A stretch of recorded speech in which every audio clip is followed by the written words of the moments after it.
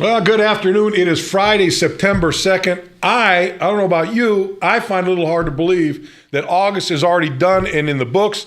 It's Friday, September 2nd, and next week, we got 6 days from now, the Dolphins will line up. No, I guess it'll be 9 days from now. The Dolphins will line up for the opener in Seattle to play the Seahawks in front of the 12th man. You know they're going to raise the flag. You know that building's going to be crazy. The Dolphins better be ready to play. They're going to go out a little bit early, get acclimated, and then they're going to get a good taste of the Seattle Seahawks. Hopefully they can get off to a good start up there, and they can take that 12th man flag and shove it where the sun doesn't shine while the Dolphins walk away with their first win of the season. I'm being extra optimistic about that. This is the Audible. Kim Bokamper here with you. We're going to take your questions on Facebook. Obviously, the Dolphins get a win last night in the preseason finale at Hard Rock Stadium. And if any of you were at the stadium last night, you know how absolutely beautiful that building turned out. We'll talk about that a little bit. Also, it's a tough time now for guys on the bubble, and there's a number of guys on the bubble right now as the Dolphins have to cut down by tomorrow afternoon to 53 players.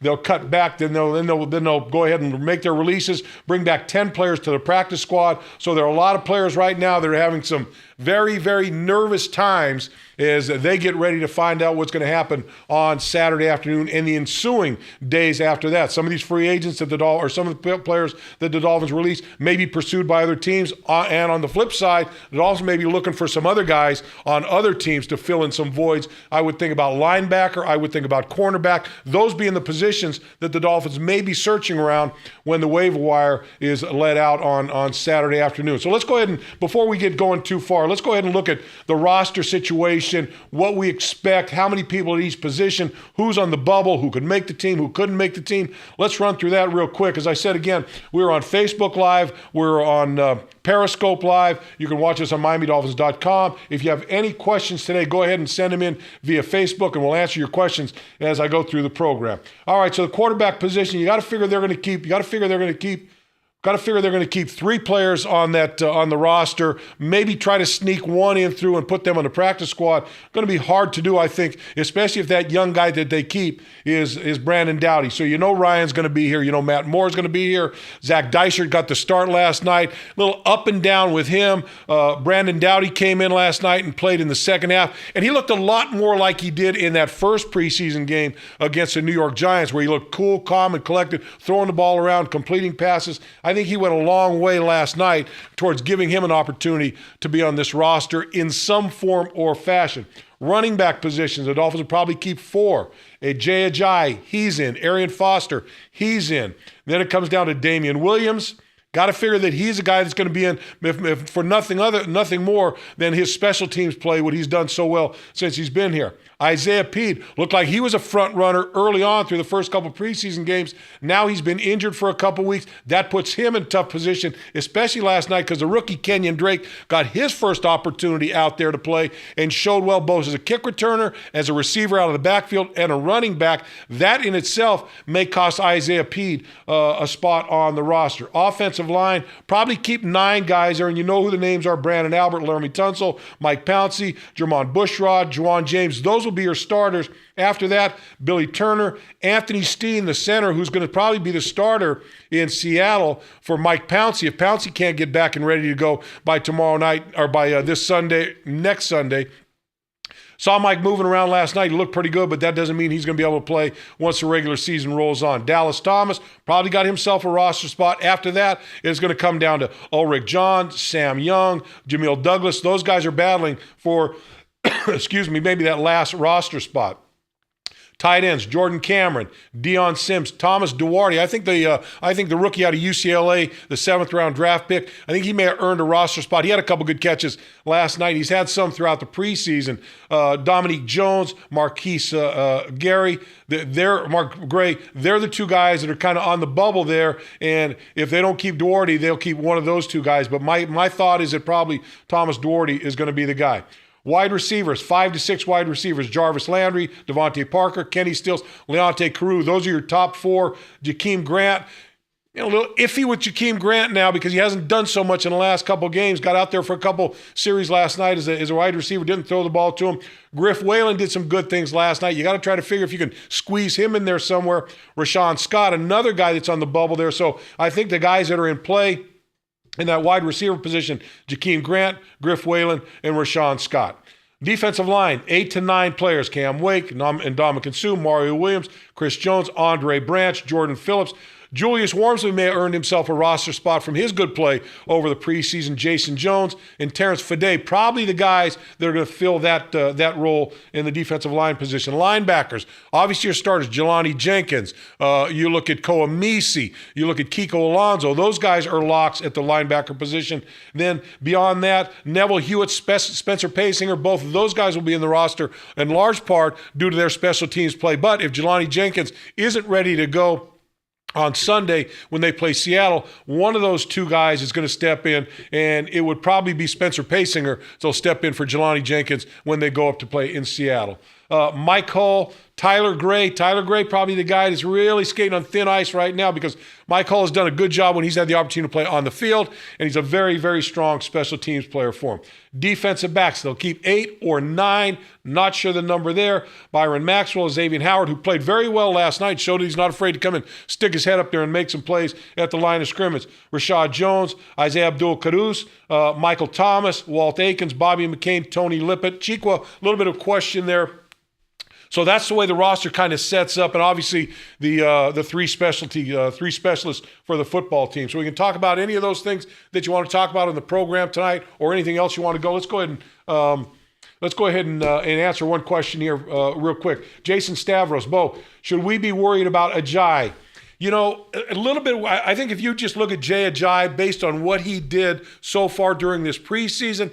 Yeah, and I didn't see as much from him as I wanted to see going into the preseason, but I'm kind of going back to last year when he had the opportunity to play. Hard runner, hard to tackle, bullies his way around. I like the way he plays the game. I don't think he's in danger of being cut by any stretch of the imagination, but he may have lost his starting opportunity, his starting job to Arian Foster because of his lack of production during training camp. But certainly we'll find out, obviously, when they line up and try to sing. I know Adam Gase wants to do this. He wants to find one running back that can be a 3-down guy for him. Arian Foster fits that bill, I think, a lot better than Jay Ajayi did. Jay had a big drop last night that certainly didn't help his cause a whole lot. All right, you're listening to the Audible here. Kim Bokamper with you on this Friday afternoon. Let me remind you before we move on any further, Monday, Labor Day, we will not be on the air, so we will not have a show on Monday. The next time we see you on the Audible will be on Wednesday. And look who's rolled into the room right now.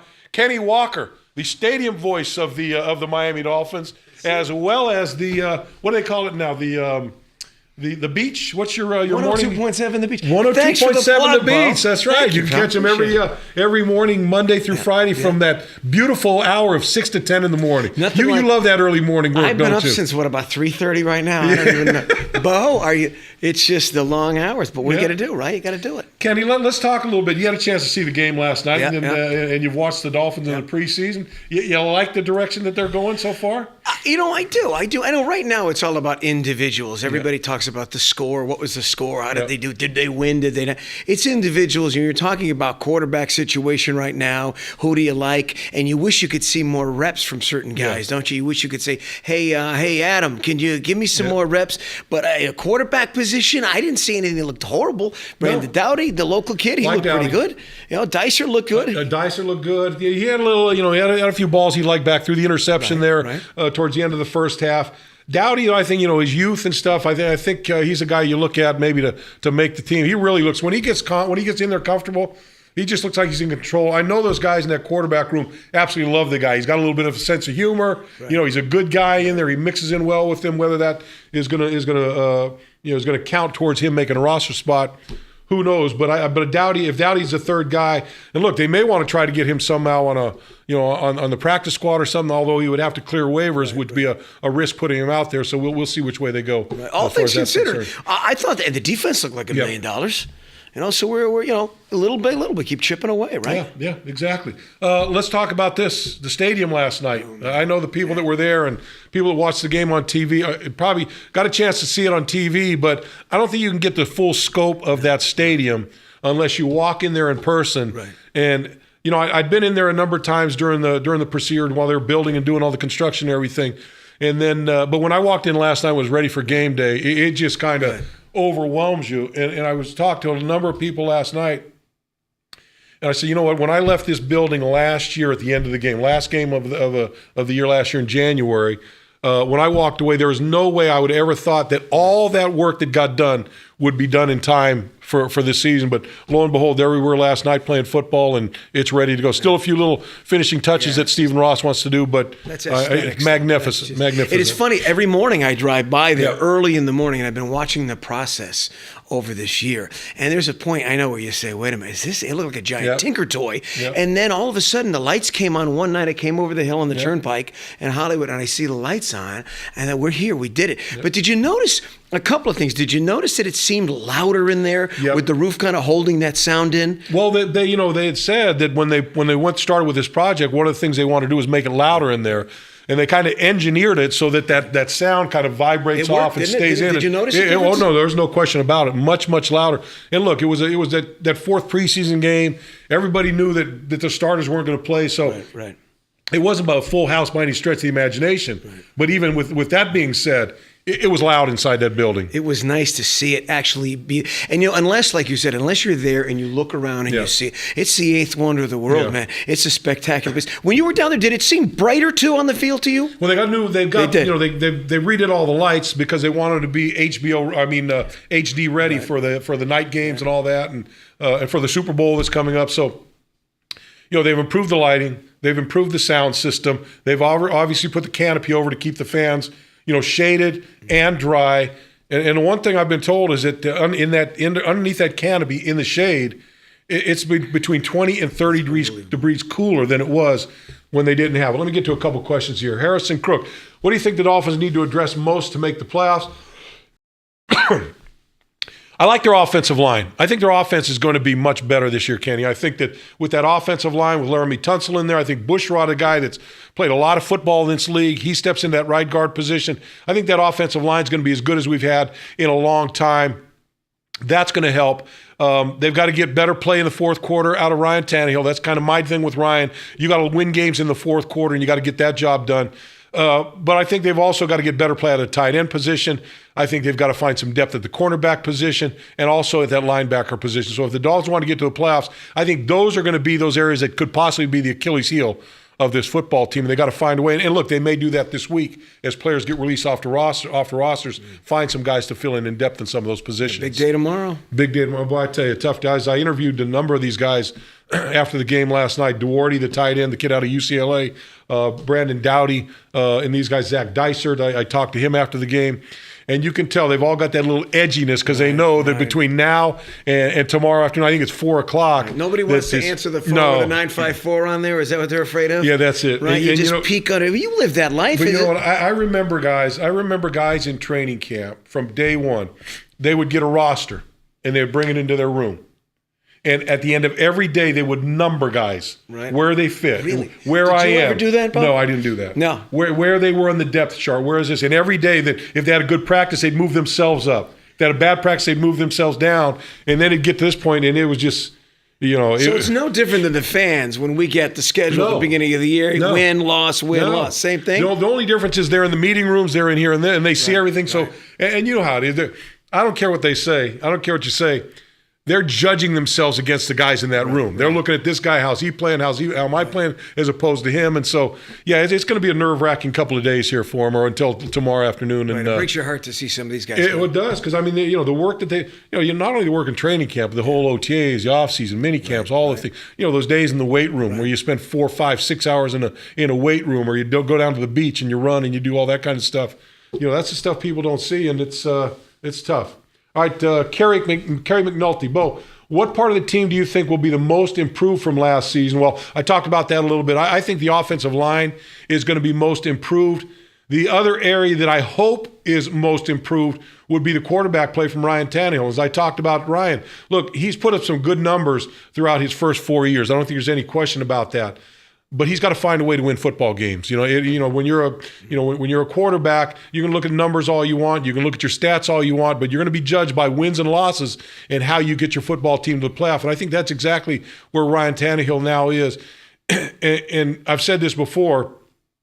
He's got to learn to win in the fourth quarter. He can't have a 1st and 10 at the 25-yard line, 5 points down, needing a touchdown, and go 3 and out. Right. Got to be able to get a drive. Got to get the 2-minute drill going, and got to be able to win some games. And you've been to every game in that stadium. Fourth quarter. That's what it is. Converting in the fourth quarter. That's the money. Moving the chains, getting the ball in the end zone. I think that's going to be the telltale sign for Ryan Tannehill.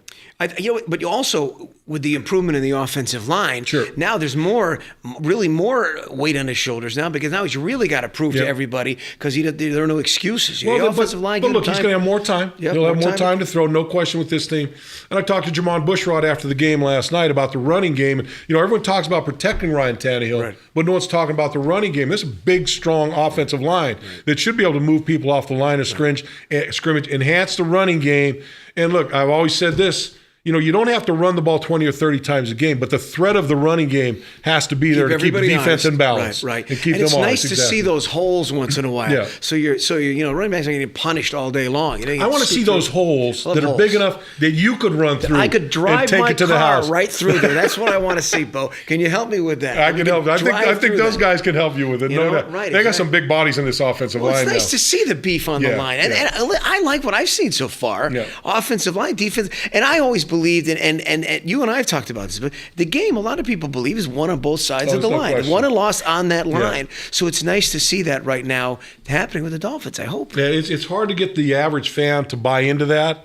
Everybody wants the sexy. They want the glamour, they want the wide receivers. They want the running back. They want the DB that's going to make the interceptions. Right. Meanwhile, the guys in those rooms know that it all starts with the 5 guys up front and the 4 guys on the other side of the defensive side of the football. Look at all those great teams. Always great O-lines, always great D-lines. Everybody's talking about the Cowboys right now. Look at that offensive line. It's brutal. Yep. You stick any running back behind there, they're going to gain some yards. So if that happens and Ryan Tannehill can have some time, receivers can get open, we open some holes for the running game, it's a whole different team. Not to mention, look, we haven't talked about Adam Gase and this offense, and we've seen some nice things out of this offense, from play calling to different types of plays, to getting Ryan out of the pocket, to letting his use a leg. They ran that run option the first game of the first play of the game against Atlanta, picked up 17 yards or 20 yards in that carry. So we'll see some of that stuff, I think, that's going to help open things up quite a bit. You're listening to the Audible here. You're watching Kim Bokamper, Kenny Walker here with you. You can hear Kenny Walker every Monday through Friday at 6 o'clock on the Beach, 102.7.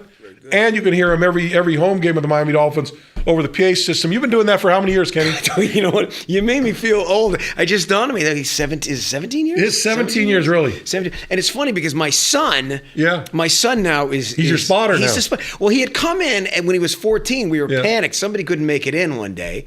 And I said, hey, can you help the old man? He said, yeah. And he knows you. Sure, yeah. And we've been to some ball games together, and he knows the team inside out. Now it's been his 3rd year, and he's doing a great job. And at that age, he's into it. He's 17 now, and he watches every play. He knows the team, and so far doing a good job. Well, a leg up if he wants to get in that business, at least on the football side or on the sports side in general, being up in the press box, no better thing. Listen, as long as he's not a radio DJ, that's all he told him. Right? We don't want that. I'm with you on that one. Tony Diaz. Okay, what are the possible surprising cuts? I was looking at that and trying to go through that. I think the running back position, when you get to the end there with Isaiah Pede, Damian Williams, Kenyon Drake, I think we all agree that he's going to be on the roster, especially having a chance to see him last night. I would think of the tight end position. Tight end position is going to be a unique kind of a thing there.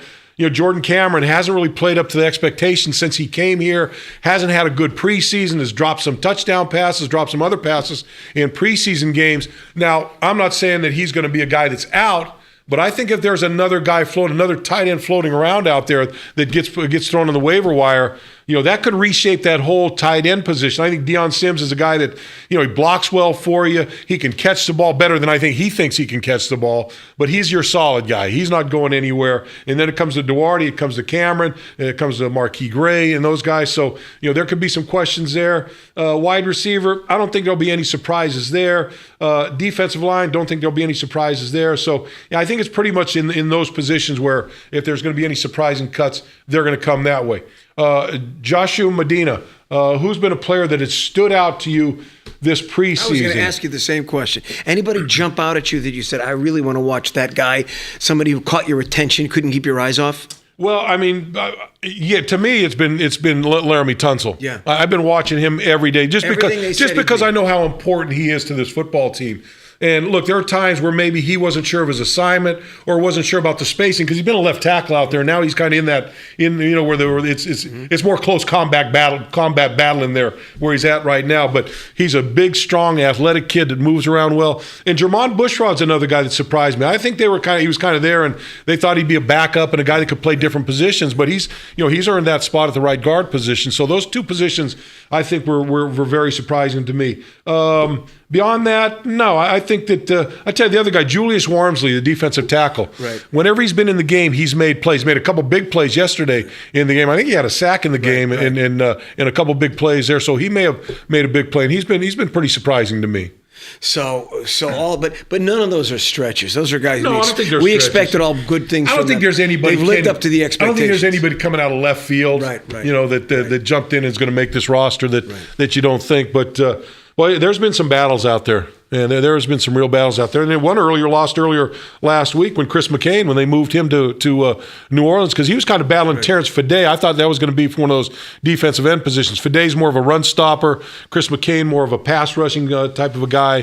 And so I thought it was going to come down to one of those two guys, but they let Chris go. So you mentioned Ryan Tannehill producing in the fourth quarter. Yep. We got to have the whole team be able to no question. In the heat and all that, everybody comes here, and that was always our advantage. Yep. The hot weather, Dolphins are going to crank it up. You played with guys fourth quarter. Everybody else was just sucking wind, and you guys were able to crank it up. How do we make that happen? That's what I think that happens, and I think Adam Gase was cognizant of that when he opened training camp. And I remember talking to him early on. He said, "Look, we're not going to win that bubble unless we need to. We're going to practice out here." Right. They practice in the pouring rain, or like a monsoon. They were out there throwing the ball around. In there, isn't it? No question about it, because he knows and he believes that this football team, in the type of condition they're in, and everyone talks about early in the season. Look, I played for 10 years down here, and there's times in November, December, you go out there and it's 80 degrees. Right. People are coming from the north, northeast, where it's cold up there, and you get as much of an advantage there as you do early in the season. So I think the work that they've done during training camp, the work that they've done outside is going to bode well. Look, I remember I think it was last year, maybe the year. I think it was last year they played. They play Baltimore down here last year, and I remember going into that game. Everyone was talking about, it's been a hot week. The Dolphins are going to have the advantage. I'm sitting there watching practice. They were in the bubble every day. Right. I'm going, you got no advantage. Why so I think, are you in the air conditioning? So I'm just happy that Adam Gase,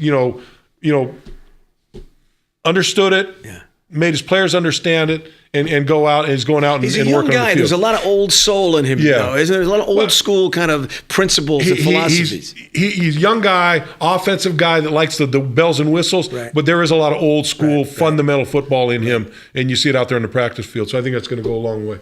All right, you're watching the Audible. Kim Bokamper here, Kenny Walker here with us throughout the rest of the program. If you have any questions, go ahead and send them up on Facebook, and we'll answer your questions for you. Daniel Allen Knight, can the Dolphins make the playoffs with Tom Brady out for the first 4 games? Well, look, you can't ask for a better scenario. No. Game 2, you got to go to Seattle for game 1. And look, I'm not discounting. You can go up there and sneak up on Seattle and maybe steal a win in game 1. I'm going to be the optimist that way.